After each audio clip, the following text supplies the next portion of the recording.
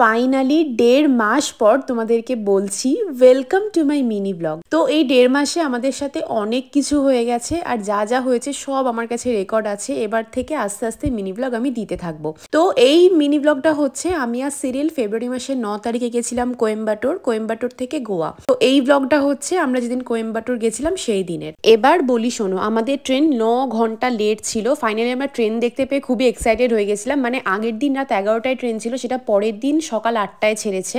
তাই জন্য আমরা ভোরবেলায় বাড়ি থেকে বেরিয়েছিলাম, আগে থেকে জানতে পেরে গেছিলাম যে ট্রেন লেট আছে। ট্রেনে উঠে একটু লাঞ্চ করে নিয়েছিলাম, মানে সিরিল মাছ খাচ্ছিল, আমি ভেজ খেয়েছিলাম, কারণ আমি 21 ডেজ পুরো ননভেজ না খেয়েছিলাম। আমার ভৈরবী সাধনা ছিল, তাই জন্য আমি কোয়েম্বাটোর যাচ্ছিলাম। চেন্নাইতে নেবে একটা হোটেল নিয়ে নিয়েছিলাম, ওখানে একটু ফ্রেশ হয়ে তারপরে রাত্রেবেলায় আমরা বাসে করে চলে যাচ্ছিলাম কোয়েম্বাটোরে। ওখানে সিরিল একটু আইসক্রিম খেলো, আমি একটু কেসার দুধ খেলাম। কোয়েম্বাটোরে গিয়ে হোটেলে গিয়ে আর কোনো ভিডিও করতে পারিনি, তো ডিরেক্টলি আমরা ফ্রেশ হয়ে চলে গেছিলাম ঈশা যোগা সেন্টারে। ওই দিন ছিল থাইপুজম, মানে ভৈরবী দেবীর অ্যানিভার্সারি। তো তাই জন্য ভৈরবী দেবীকে ওইভাবে গ্রিন গ্রামে পুরো সাজিয়ে সারা ঈশা যোগা সেন্টারে মানে চারিপাশে একটু ঘোরানো হয়। আর যারা ভৈরবী সাধনা করেছিল ওই দিনই তাদের কালমিনেশন ছিল। তো আমরা সবাই ওখানে 11 টাইমস করে ভৈরবী সাধনা করলাম। তো ফাইনালি আমাদের সেদিনকেই সাধনা কমপ্লিট হয়।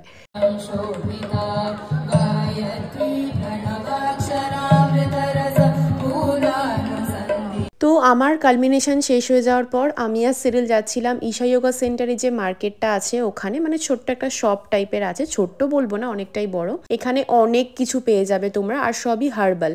ঘি থেকে শুরু করে এরকম কপার বটল, তারপরে ঈশার ধূপ, মানে ইচ অ্যান্ড এভরিথিং তোমরা এখানে পেয়ে যেতে পারো, কিন্তু এগুলো একটু কস্টলি হয়। এই শাড়িগুলো বেশ সুন্দর দেখতে ছিল।